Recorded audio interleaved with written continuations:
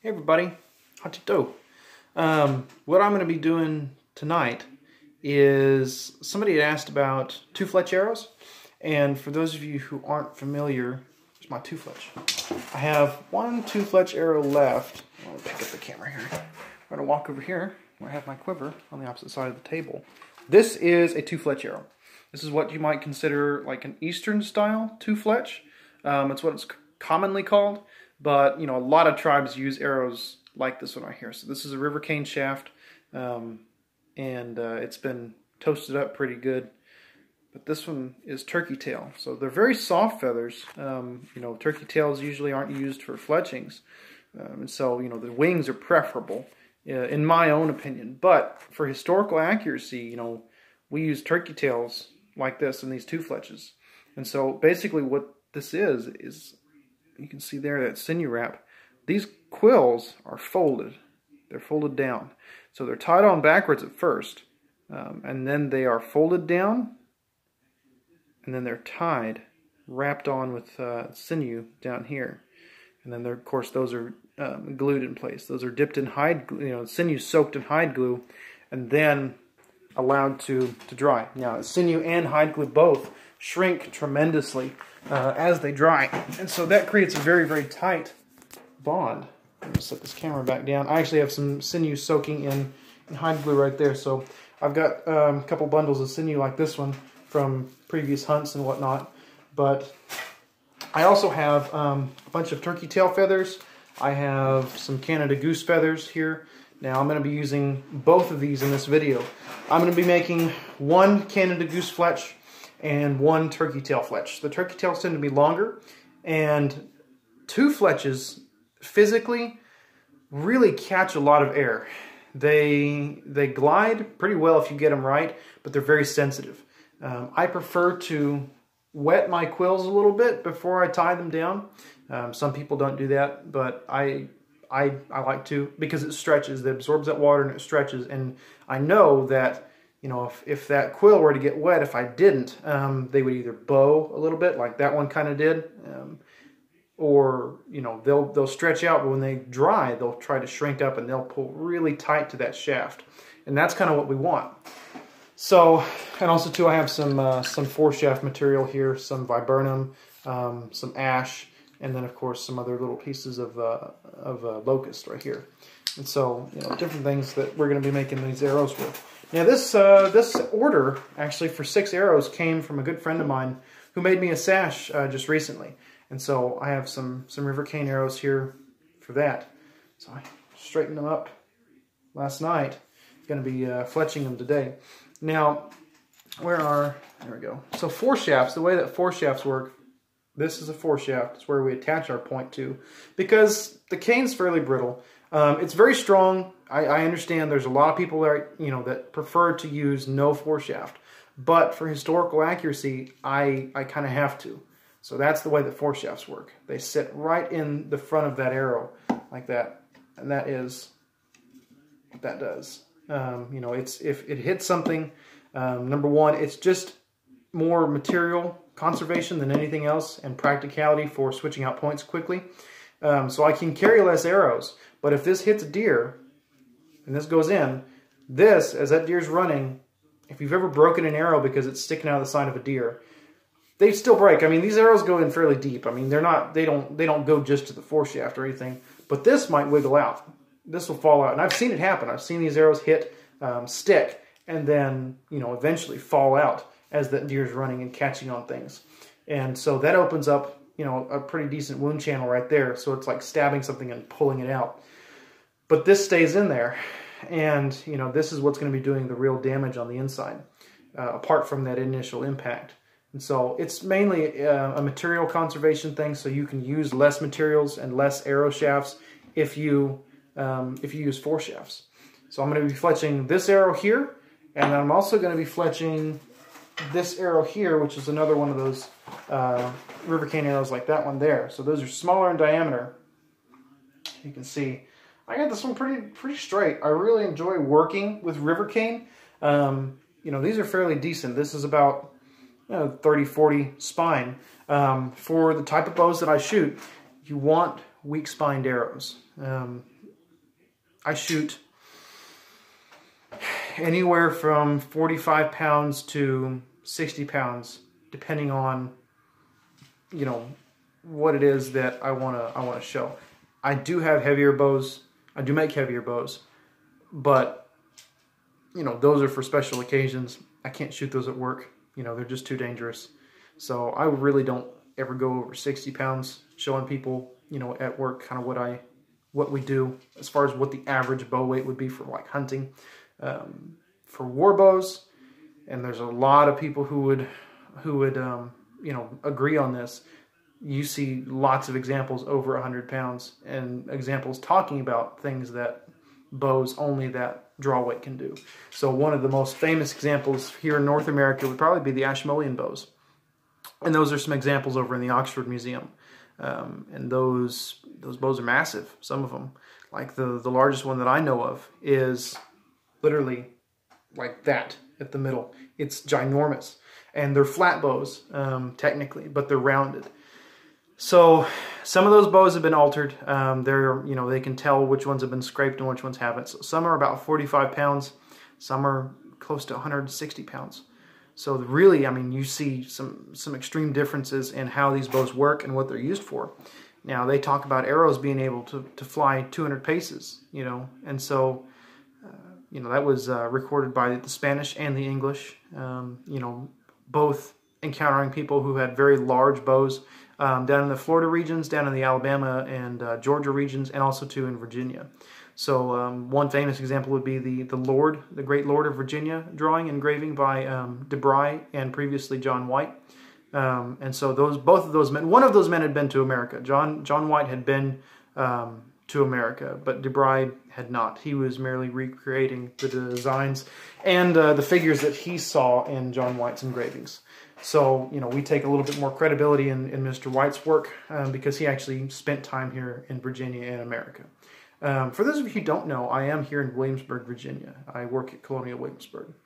So when I talk about my work, things I do in my day-to-day basis, I'm a certified historian, so that's my job. And that's the reason I'm so big on material culture and this being very accurate, is because, you know, being a Native American, I want to make sure that this gets a good representation. I don't want to change anything. There's really no need for me to lie about how things were used or why things were used. They're interesting enough as they are. You know, I mean, history proves a lot of really cool things, and so, you know, and there's nothing to argue about. You know, who was right and who was wrong. I really don't care. So I mean, because it didn't, other than maybe take away a little bit of language and some other things, you know, nothing's changed. We're still here. So, you know, that's my 2 cents on the matter, if anybody had any care to know that. So I think what we'll do is we'll go ahead and get to fletching. I have some sinew soaking up in some hide glue here that looks like it's just about ready. So we're gonna do the first one here with a goose fletch. You know, here's the end. One of the things I really like to do is take and score. That's one of the first things you want to do. So right here, where I'm going to be fletching at the top, I'm actually going to take and score this. And I'm going to use this arrow point for that, simply because it's got a nice rough serrated edge, because it's a stone point. Just the area that I'm going to be wrapping these at. So I'm going to do that a little bit, go all the way around, make sure I get things nice and good. I like to do it on the diagonals too, just to be thorough, I guess. I get pretty anal when it comes to making arrows.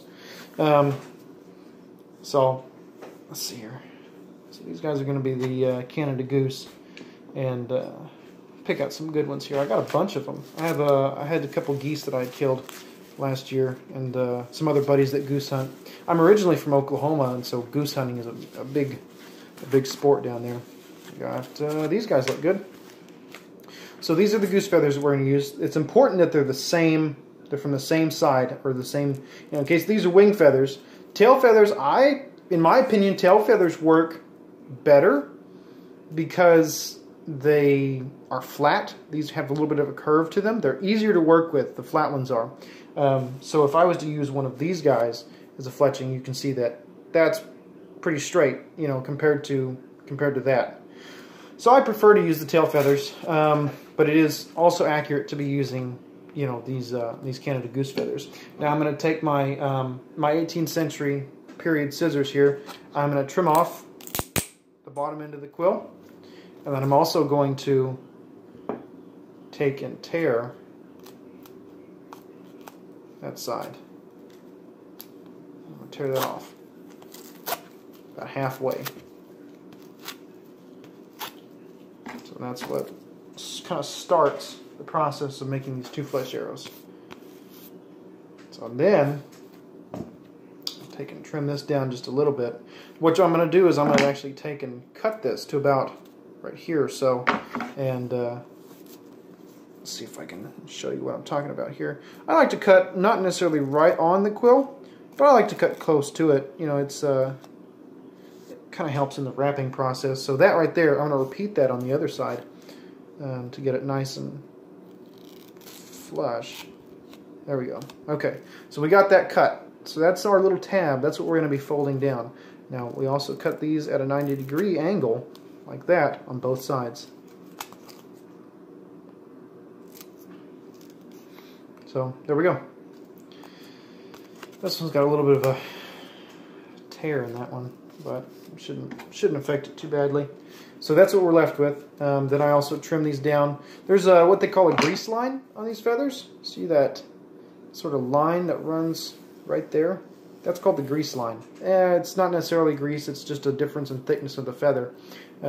So just like a bow, you know, these are thicker at the what would be the mechanical center of these feathers, and so they taper down towards the tips to reduce stress, and you know, just to work as a feather. So I'm actually going to trim these. I'm aiming for that spot right there, so I'm actually going to trim these kind of square, just to trim them, you know, just to make them easier to work with. This is not going to be the final shape of the fletching.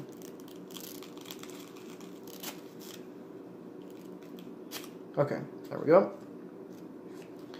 So I'm also going to tear this down here off, because we don't need that. Get these scraps out of the way. So when we look at the use of 2 fletch arrows, so here's what we're left with, right there. And I'm also going to take and, so I have the board here, take my knife.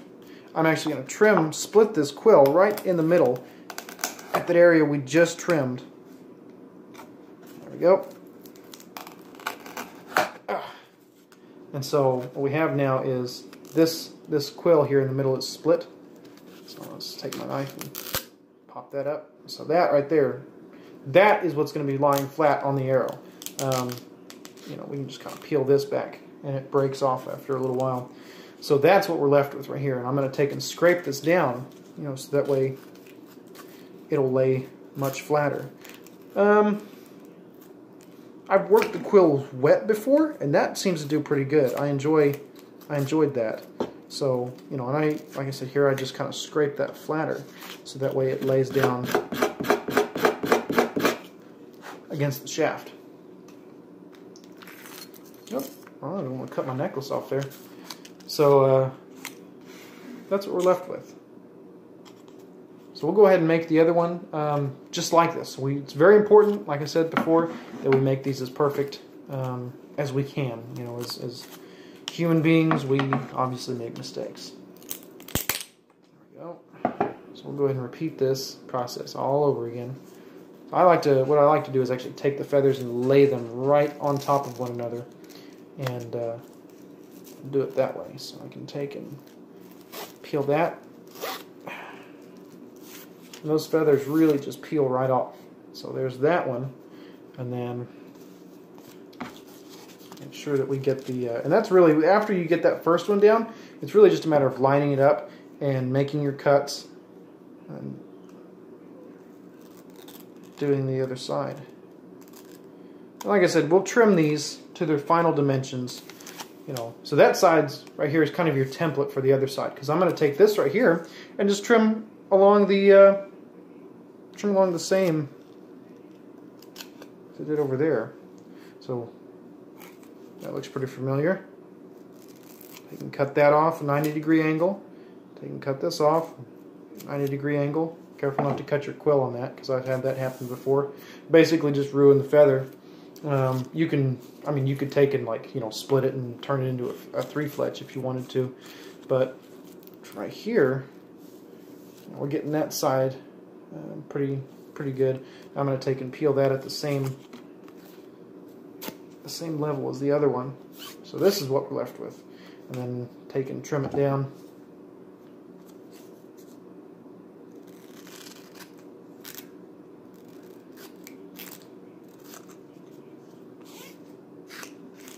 There are lots of different ways to make a folded fletching. They were very, very common, so lots of people used folded fletchings. So right there is what we're left with. And then, of course, on the arrow, they sit opposite one another, so they sit like this, and that's what you're left with. You know, that's what you're looking at. That's the final, roughly the final shape. So we'll go ahead and split this other one, just like we did the first one. Okay, let's split through. Like I said, you can just kind of take and peel this back. And after a little while, it should break off. If for some reason it doesn't, sometimes they're a pain in the butt, I like to take and cut it right about where I think it should come off. There we go. Just kind of scrape that down flat. Really doesn't matter if it's not the quill, at least. The feather part really has to be as close to exact as you can get it. But the quill part here at the end, I mean, you know, you can kind of fudge that just a little bit, and you should be okay. As long as you tie it down good, you know, make sure that, because I mean, these quills are passing over your hand, and if you have a rough edge here on the quill, then you know that might hurt a little bit. So it also might screw up your arrow flight. Now, like I said before, these ad-lateral darts that were being used were mainly 2-fletch. You do see some 3-fletch. I'm not saying 3-fletch wasn't used, but 2-fletch is really well suited for the use of ad-laterals. And you know, 3-fletch obviously is better in stabilization. It's better for, you know, just all around long distance and whatever. But 2-fletches, you know, they work as really decent arrows. So here we are. Here's what we're left with. And you can see they're pretty much the same as far as how they're cut and everything. So now, the fun part. We already scored this up with our flint blade. I'm going to take a piece of sinew out here. Oh, this stuff. For those of you who haven't worked with hide glue, if you get it on your fingers, it hardens like super glue. It really is strong stuff. So I take mine. I do mine on the open part of the knock. I put my quills right there in that region. So I'm going to take and start this wrap with one feather. I wrap it one time around to hold it in place, just enough. And then I take my other feather right here and lay it down right next to it. Make sure to get these as precisely opposite one another as you can. So I like to look down and adjust them before I move forward. And I'll wrap them. I don't prefer to wrap in a spiral like this, but you know, the first part of the fletching, to make sure that these don't twist, because as you drag the sinew along, they do tend to twist the fletchings. So that could be a bad thing. I mean, that could mess you up later in the process. So, they actually used to use hide glue, I was told, use hide glue in the production of stained glass. They would take and put little drips of hide glue on the glass. For those of you who have worked with hide glue, you know exactly why. It's because it shrinks. And so, you know, it's very much a strong glue. So we're going to let this dry for a little bit. This hide glue should dry fairly quickly. It was a fairly thin, you know, I don't use very thick hide glue for something like a sinew wrap. You know, I even tend to put, I don't say tend to put, if I'm going to be using arrows I know aren't meant to be in a film or meant to be you know, somewhere where somebody's going to be taking a really close look at them. I'm not going to say that I do it because I don't care, but for throwaway arrows, I'll use super glue. You know, it's just cost effective. Hide glue is essentially gelatin, and so you can use gelatin as hide glue, but you know, super glue much faster. So for things that I know I'm not going to care about, you know, I tend to use the cheap stuff. So I take my thumbnail and I actually kind of pinch that. Yeah, they're good. Yeah, they're good to work. So I'm going to take some water, some of this warm water that surrounds that hide glue, and I'm going to run it along the fletchings here. And Canada goose have some pretty greasy, and they're just greasy birds in general, but they also have some pretty waterproof feathers. But the quills on the inside, you know, feather quills really absorb water well. So this nice warm water helps them to stretch out and get to the maximum length that they'll ever be. And that helps you to make a nice tight fletching because, you know, these, there's a water droplet, just runs right off that feather. That you know, that stretched feather will shrink. And that helps you to make a nice tight seal. Okay. I know that's not fully dry yet, but it's good enough to where I can fold these down and see exactly where these wraps are going to be. So it looks like it's actually going to be right there on that node, which would be cool. You know, that's all right with me. So I'm going to take these guys, and this is what we call a quarter twist. So these are actually going to be on the sides of the arrow, rather than, you know, right there. If I was to put this right there, this is what happens. But the more I twist that, you can see and pull it tight, the flatter that gets. So that's what we're looking for. You know, this is a 2-fletch quarter twist, is what most people will kind of name it.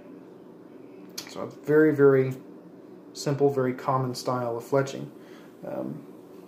But it's just one of those things that, you know, you see all over the place, and it really shows culturally how the use of adlatls influenced archery even later into history. You know, in the 18th century and beyond. You know, Cherokee folks were still using, you know, bows for hunting and things like that, even long after anthropologists, you know, didn't think that those were still around.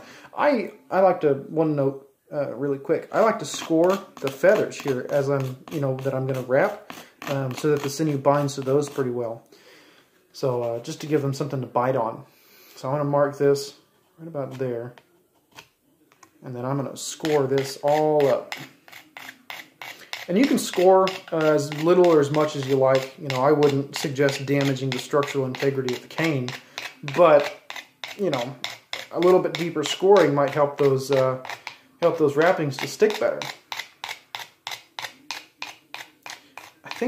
I know I promised 2-fletch on 2 different arrows, but I don't know if I have the battery power for that.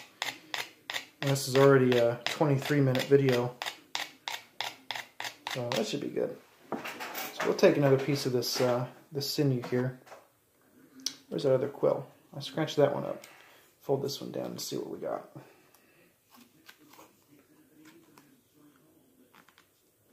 Yeah, okay. Cool. That's pretty good. So this is what we're looking at.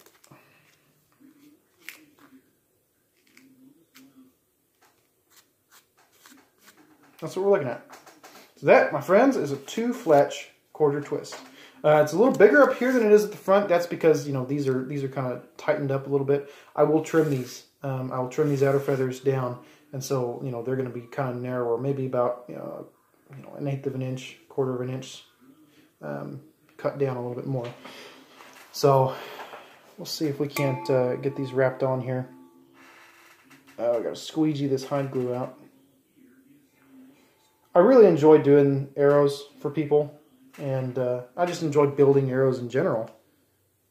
You know, but to do them for people that really appreciate, you know, these things, because I shoot because I enjoy shooting, But first and foremost, I enjoy teaching. And so, to see people are interested in these things, really makes me happy. So as I'm wrapping, I like to pull these tighter. So I'll take and pull on these fletchings and wrap them down, even farther. So just like that.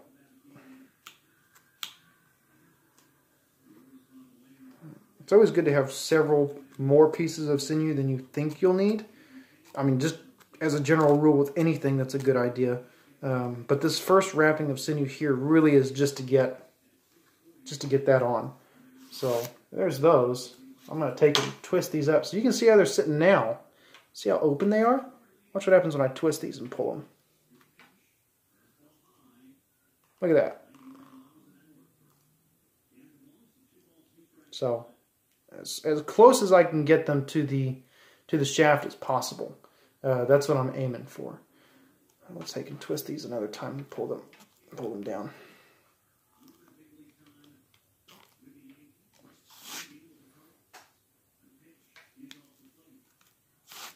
Okay, let me trim these up here.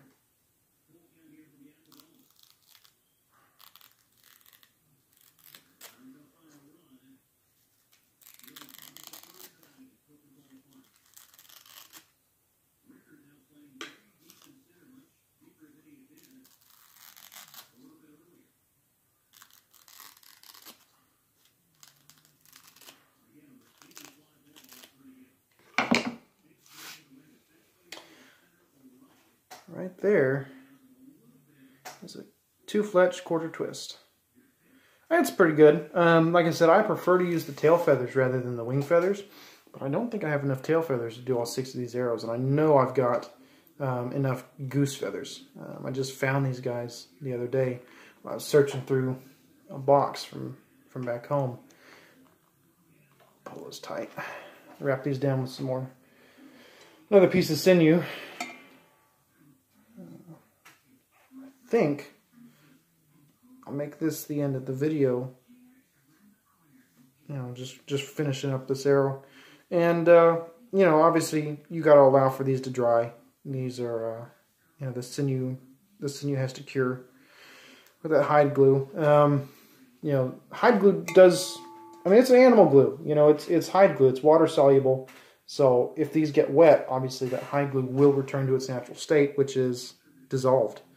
And,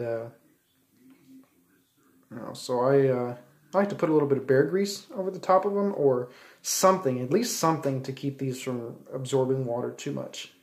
The bear grease does soak into them a little bit, but that's okay. So I like to wrap these down a little ways from... There we go. Yeah, that looks good. So right there's the finished wrapping. I wish those were a little bit closer, but it looks like it's about what it's going to be. I'll take and shoot these after I get them all done and see. And so like right here, if you're looking at a finished arrow, this is what you're looking at. So from tip, foreshaft, main shaft, all the way down to the fletching. That is a cane arrow, and this is maybe altogether, maybe a 34-inch arrow. So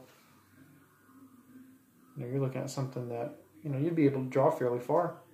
And like I said, these 2 fletches are very, very well suited to driving heavy, heavy shafts and heavy arrows, and especially nice heavy points.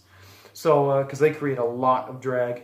So, well, that's it. I think I've only got time to make 1 arrow, but you can get the you can get the idea off of just that. So, if y'all have any more comments or suggestions, or things that you'd like to see, any questions, I'd be more than happy to take those. Really, it's all dependent on what you guys want to know, or something that you'd like to see. I'd love to do some more shooting videos. I think I'm going to post one. Maybe this week or next, shooting at longer ranges with speed draw. So, 35 yards and up. I'm not really great above 35 yards, 40 yards, you know, and I wouldn't consider myself accurate at any means beyond 50. And so, and if at speed, that is, I could probably hit something if you give me a couple of shots, but you know, depending on what your definition of accuracy is, I would like to hit it within the first shot. So, but there we are. So there is a finished arrow, and these are going out to my good friend Nathaniel. So y'all have a good evening, and don't take y'all's too self-serious. My words. Don't take yourselves too seriously. So, I know, Key, can I let